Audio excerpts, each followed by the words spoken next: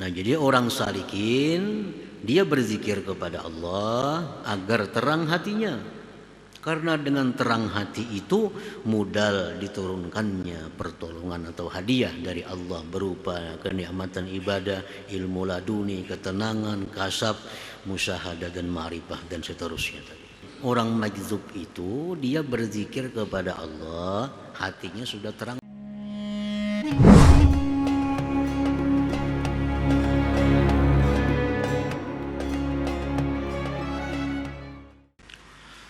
Para muhibbin rahimakumullah, al-hikmatul khamisah wal khamsun ba'dal mi'ati tsaniyah min al-hikamil ataiyah.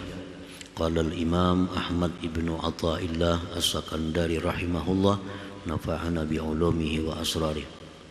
Hikmah yang ke-255 dari al-hikam al-ataiyah, berkata Imam Ahmad Ibnu Athaillah As-Sakandari rahimahullah, nafa'ana bi'ulumi wa asrari. Zakirun zakara liyastanira qalbuh wa zakirun istanara qalbuh fakana zakira. Ada orang yang berzikir agar terang hatinya, dan ada pula orang yang berzikir sudah terang hatinya, maka jadilah dia berzikir. Ini merupakan penjelasan dari hikmah yang sebelumnya, hikmah 254, qaumun tasbiku anwaruhum azkarahum wa qaumun tasbiku azkaruhum anwarahum. Ada satu kelompok orang yang mendahului cahayanya daripada zikirnya, dan ada sekelompok yang lain mendahului zikirnya daripada cahayanya. Lebih jelas beliau dalam hikmah berikut ini menjelaskan bahwa ada orang yang berzikir kepada Allah agar hatinya menjadi terang, dan ada pula orang yang berzikir kepada Allah hatinya terlebih dahulu terang. Al-awwal dzikrus salikin, yang pertama itu disebut zikirnya orang-orang salikin, yaitu orang yang berzikir agar terang hatinya, agar bersih hatinya. Itu orang salikin, orang yang menjalani jalan untuk ma'rifat kepada Allah. Wasani yang kedua, orang yang terang hatinya lalu berzikir, itu zikrul majzubin, ada zikirnya orang-orang yang majzub. Nah, para muhibbin rahimakumullah, jadi ada orang yang masuk dalam kelompok man zakarani zakartuh. Barang siapa yang berzikir kepadaku, aku pun berzikir kepadanya. Berzikir dulu, hanya Allah berzikir kepada dia. Ada kelompok yang lain lagi, waman zakartuhu fazakarani. Ada orang yang terlebih dahulu Allah berzikir kepada dia, baru orang itu berzikir kepada Allah subhanahu wa ta'ala. Itu kelompok yang disebut majzubin. Majzubin itu artinya orang yang ditarik, orang yang ditarik, yang dibawa untuk ma'rifat kepada Allah. As-saliku yazkurullah ta'ala liyastanira qalbuh. Orang yang menjalani jalan ma'rifat kepada Allah, dia berzikir kepada Allah agar terang hatinya, dengan zikir yang banyak tentunya. Wazkurullah zikran katsira. Bukan zikir 10-10 misalnya, itu sedikit. Ini zikir yang banyak. Orang yang berzikir kepada Allah dengan zikir yang banyak agar terang hatinya.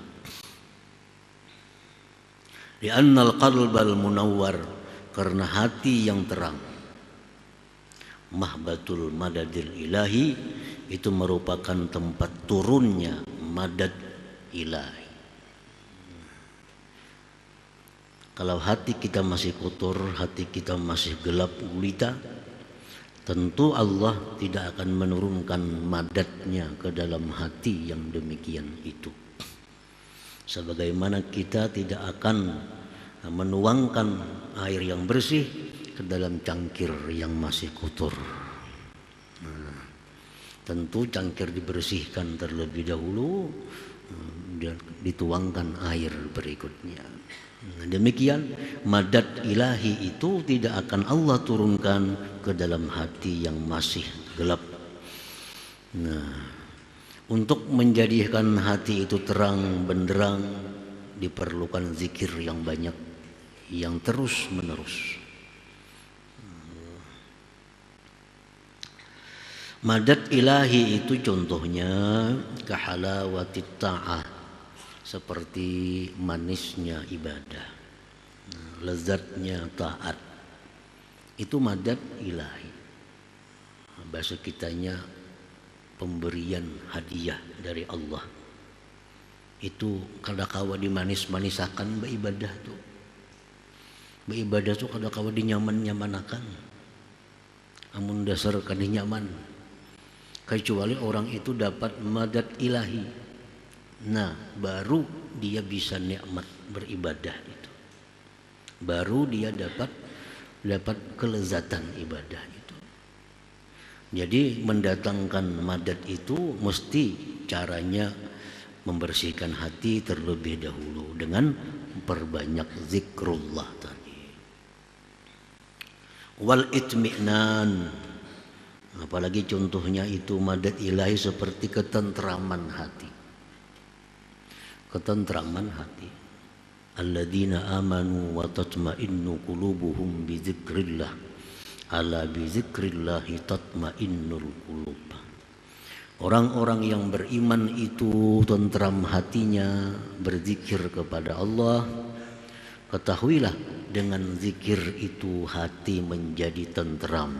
Nah, tentram itu bagian dari madad ilahi, hadiah Tuhan, hadiah daripada Tuhan.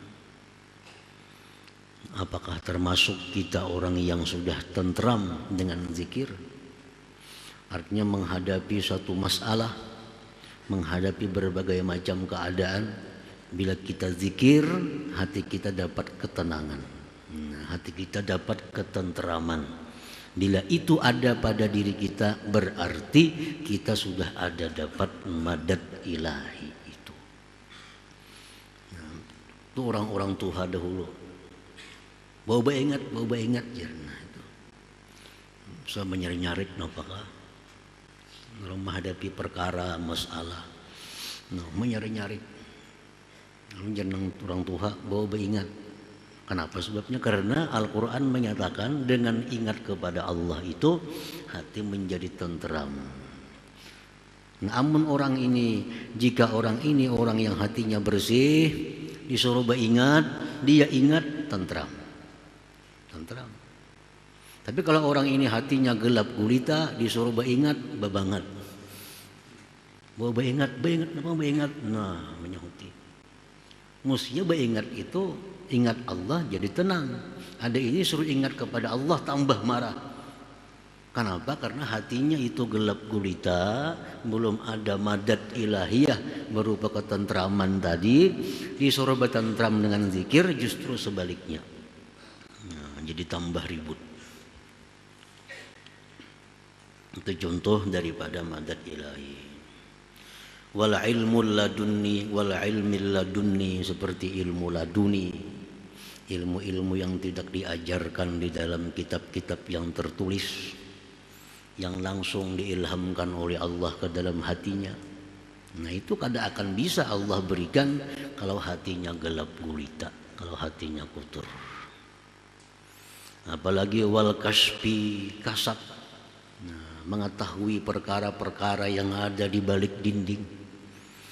Diberitahu oleh Allah perkara-perkara yang gaib dari matanya. Ini merupakan madadun ilahi, hadiah dari Allah.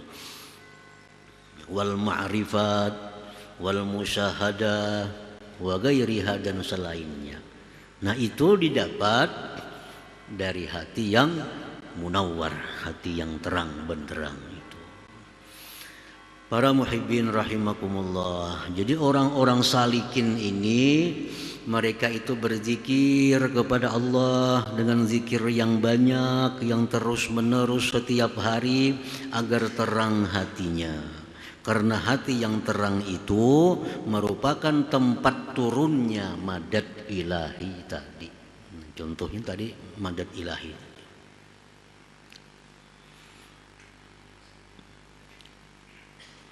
Idza ishtaghala as-saliku bizikri wa dawama 'alaihi thumma la yastaniru qalbi thumma la yastaniru qalbuhu fala raiba anna fihi syai'un mani'un min zalikan nur.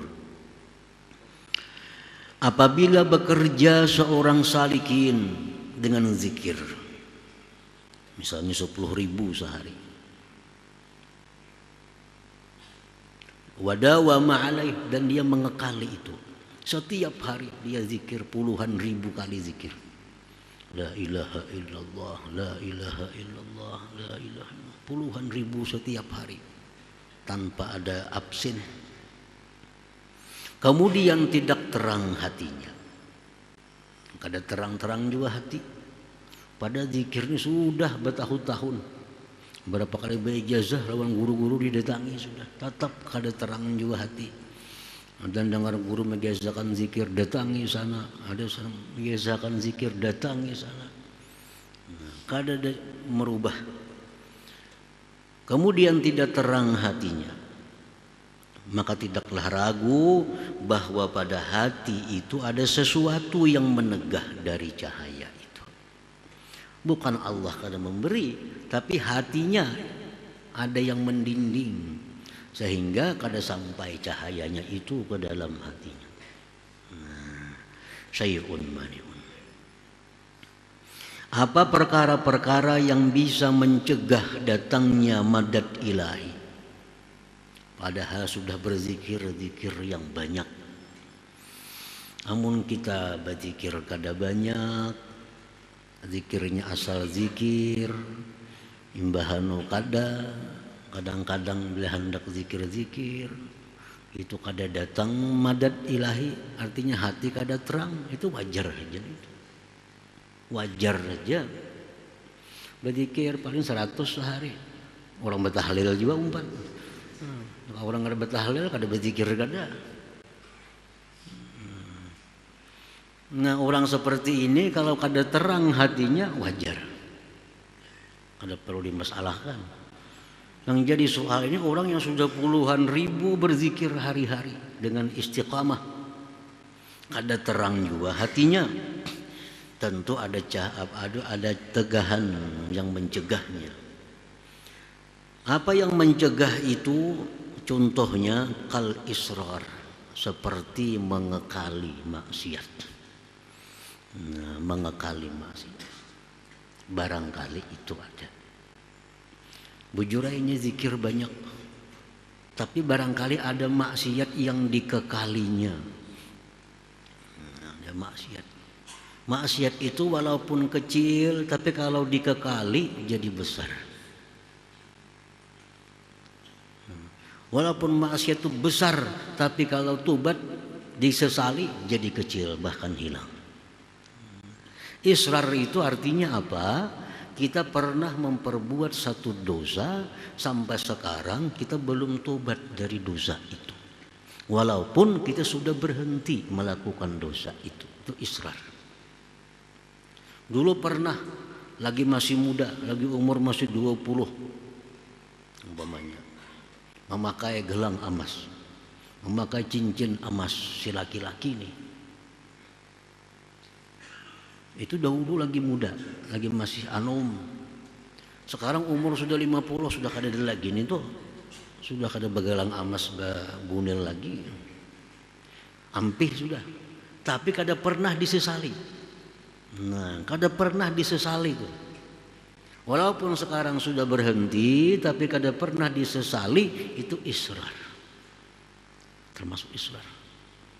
Ini israr salah satu yang menyebabkan zikir itu kada tembus, kada tembus, kada membuahkan hati yang terang, kada mendatangkan madad ilahi tadi. Itu contohnya israr, apalagi wal ghaflah, lalai. Bujur aja berzikir tapi hatinya kada. Nah, bujur berzikir la ilaha illallah sekian ribu tapi hatinya lalai.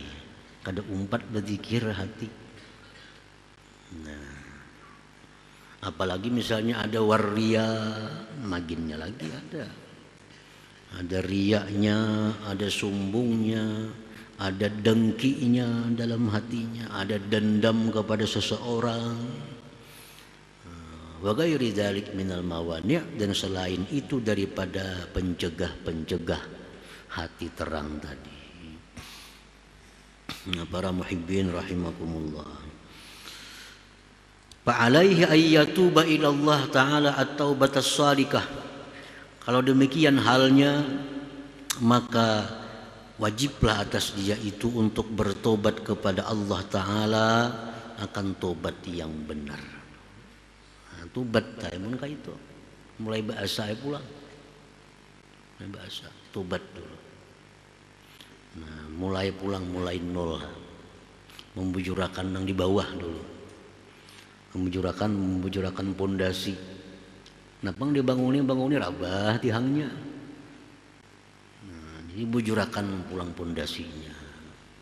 Karena tobat ini asasul amal, tobat itu pondasinya.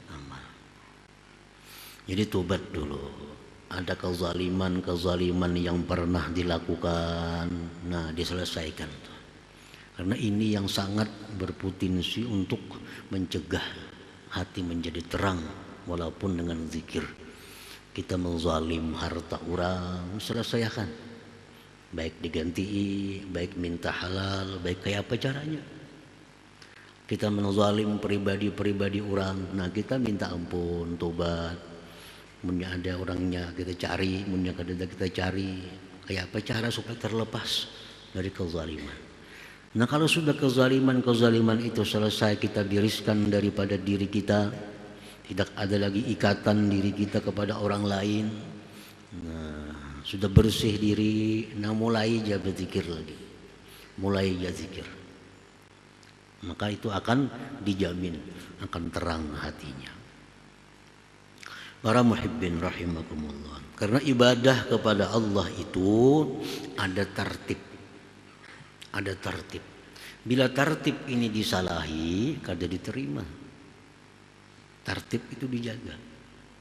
Kalau kita misalnya berbuat satu kezaliman. Berbuat satu kezaliman. Tertib kita dalam hal ibadah adalah menyelesaikan dulu kezaliman itu. Selesaikan dulu kezaliman ini. Hanyar perbanyak ibadah-ibadah. Ibadah itu akan datang. Yang utama dan pertama kita selesaikan dahulu, membiriskan ini kezaliman nih. Harta-harta orang yang banyak dalam tangan kita ini yang didapat dengan jalan yang tidak halal. Itu mesti diselesaikan. Bila itu kada selesai, ibadah lain kada bisa. Karena tertibnya memang demikian. Kita hendak sembahyang, tertibnya apa? Baudu dulu. Baudu.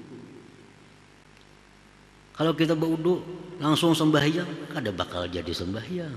Kenapa? Menyalahi tertib.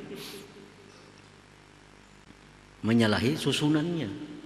Dan wudu itu adalah bukan hanya sesuatu yang membersihkan zahir, tapi wudu itu berfungsi membersihkan batin daripada dosa. Acara zahir membersihkan muka, tangan, kaki, seperti itu zahirnya. Tapi pada batinnya wudu itu membersihkan dosa-dosa yang ada di tubuh ini. Nah, dalam hadis disebutkan bahwa bila kita berwudu misal membasuh muka, maka dosa-dosa kita yang di muka ini akan gugur seiring gugurnya air wudu itu. Kita basuh tangan, cuci tangan waktu berwudu, nah dosa-dosa di tangan akan luntur dengan air wudu itu. Jadi wudu itu membersih dosa.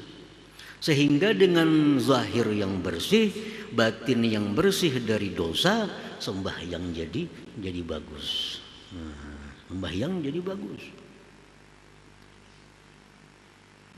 Coba kalau kita kada berwudu, kada akan diterima oleh Allah, karena tertibnya demikian. Tertibnya demikian. Jadi wudu itu berfungsi membersihkan zahir dan batin. Zahir batin bersih, sembahyangnya diperkenankan oleh Allah, diterima oleh Allah Subhanahu wa taala. Makanya dalam doa wudu itu apa? Allahumma ja'alni minat tawwabin. Jadikanlah hamba ya Allah termasuk orang-orang yang tobat, mutatahhirin, orang yang suci daripada segala macam yang kotor baik zahir maupun batin. Kalau kita berwudu misalnya, kalau kita berbuat satu kemaksiatan, memandang yang haram, mengucap ucapan yang haram, secara zahir wudu kita itu kada batal, kada masuk pembatal wudu. Tapi secara hakiki daripada wudu itu sudah batal. Wudu sudah batal secara hakiki, karena diri kita sudah kotor dengan dosa itu. Sudah kotor. Makanya para ulama ada yang berpendapat bahwa begitu kita menggibah seseorang, wudu batal sama sekali lawan wudu-wudunya. Jadi berbuat maksiat setelah wudu walaupun tidak membatalkan wudu artinya sah di bawah salat, tapi secara hakiki wudu itu sudah batal. Mesti tobat sekurang-kurangnya kepada Allah, hanyar atau baru dibawa sembahyang, supaya sembahyang itu menjadi diterima oleh Allah Subhanahu wa taala. Jadi orang yang memperbanyak ibadah-ibadah sunnah termasuk zikir, ini tertibnya sesudah menyelesaikan yang fardu. Nah, yang fardu apa? Kalau kita ada punya sesuatu kesalahan kepada orang, baik harta atau pribadi atau yang lainnya, kefarduan kita yang pertama sebelum yang sunat-sunat ini adalah menyelesaikan yang fardu ini. Makanya kalau kita berzikir, yang fardu ini kada diselesaikan, zikir kita kada akan membuahkan hati yang terang. Jadi tobat dulu kepada Allah, tobat dulu, bawa berzikir kena, hati akan terang. Jadi ada tertibnya. Satu contoh misalnya, ujar raja kepada pelayannya, wahai pelayanku, kamu hari ini saya beri tugas 3 macam.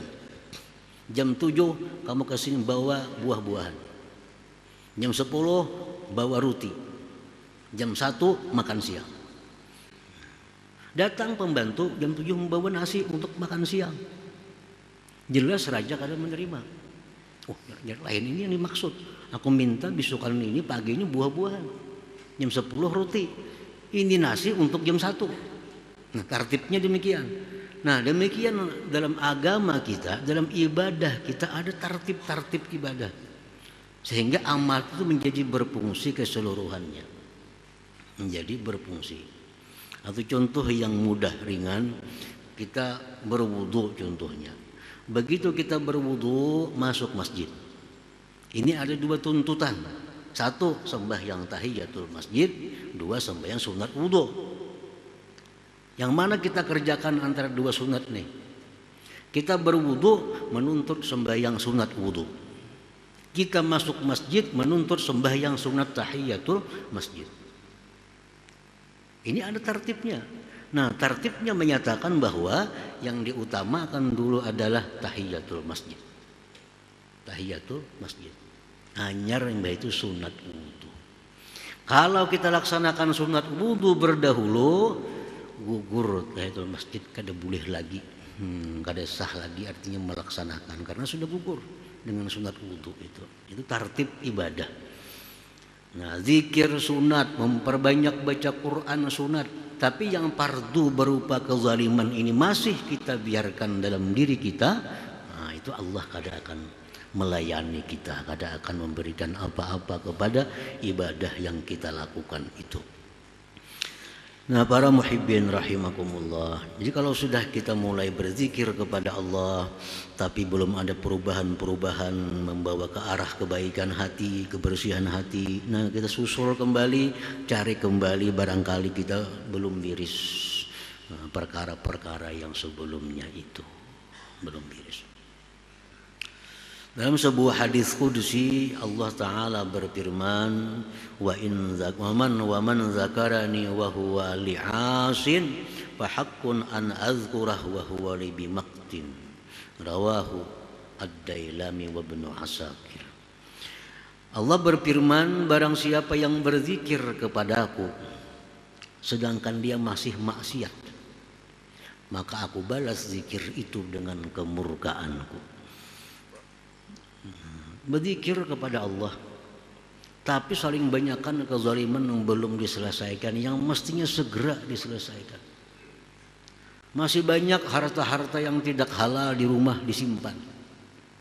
Zikir puluhan ribu sehari kada ada manfaatnya, bahkan dimurkai oleh Allah. Kenapa? Karena tugas dia bukan berzikir itu, tugas dia mengembalikan itu harta-harta yang tidak halal kepada pemilik yang sebenarnya siapa. Itu kewajibannya, bukan memperbanyak zikir. Nah, dalam hadis lain, hadis qudsi yang lain, auhallah ila Daud alaihi salam anna man zakarani zakartuh wa anna zalim idza zakarani la'antuh. Rawahu Ahmad bizuhd. Wahai Daud, ujar Tuhan, siapa yang berzikir kepadaku, aku balas zikirnya. Dan bahwa orang yang zalim apabila dia berzikir kepadaku, la'antuhu, aku melaknat dia. Aku laknat dia. Nah, jadi artinya apa? Selesaikan dulu kezaliman itu. Selesaikan. Ada hutang sembahyang lawan Tuhan, bayari sembahyang fardu dulu. Kada usah berzikir banyak. 10.000 berzikir, sembahyang saling banyak kan keadaan yang belum dibayar. Kada usah dulu berzikir banyak, bayari keadaan-keadaan itu. Keadaan sembahyang itu bayari. Lebih utama daripada memperbanyak zikir ini. Masih banyak hutang kepada Allah Subhanahu wa Ta'ala. Nah, jadi itu mungkin penyebabnya kita kada terasa, kada merasakan apa zikir ini pindah kada ada apa-apanya. Kada mendatangkan ketenangan, kada mendatangkan cahaya, kada mendatangkan madad ilahi, mungkin tadi sebabnya. Ada tertib ibadah yang dilanggar. Ada tertib ibadah yang dilanggar. Nah, jadi orang salikin dia berzikir kepada Allah agar terang hatinya. Karena dengan terang hati itu modal diturunkannya pertolongan atau hadiah dari Allah berupa kenikmatan ibadah, ilmu laduni, ketenangan, kasab, musyahadah dan ma'rifah dan seterusnya tadi. Nawal majzub yazkurullah ta'ala ala nur min qalbih. Orang majzub itu dia berzikir kepada Allah, hatinya sudah terang berdahulu. Nah, ini majzub, ada kau dituruti. Ada ini termasuk orang yang yahtasullah birahmati. Allah khususkan dia dengan rahmatnya. Ini orang yang diistimewakan oleh Allah. Orang yang kada hendak tapi dikehendaki oleh Allah. Ini kada berpikir hendak jadi orang ma'rifat, kada hendak berpikir banyak-banyak zikir, tapi Allah menariknya. Nah, sehingga dia jadi ahli zikir, sehingga dia jadi ahli ma'rifat kepada Allah. Ini majzub. Nah, majzubin. Orang majzub ini hatinya sudah terang berdahulu, diberi cahaya oleh Allah. Lalu dia berzikir. Nah, berzikir itu dalam hati yang sudah terang, fayastalizzu bizzikir. Dia merasa nikmat dengan zikirnya. Hatinya sudah terang berdahulu. Nah, nikmat dengan zikirnya, wa yankashifu lahul hujub, terbuka bagi dia segala hijab dengan zikir itu, wa yahsudu lahu taraqi darajatil aliyah, dan hasillah bagi dia dengan zikir itu naik kepada derajat yang tinggi. Nah, jadi orang-orang majzub ini dia berzikir kepada Allah didahului oleh hati yang terang. Allah dapat macam-macam dari Allah. Sedangkan orang salik ini dia berzikir hanya untuk membersihi hati dulu, menerangi hati. Dengan hati yang terang hanya dapat perkara-perkara yang mulia tadi. Para muhibbin rahimakumullah. Selanjutnya hikmah yang ke-256 insyaallah.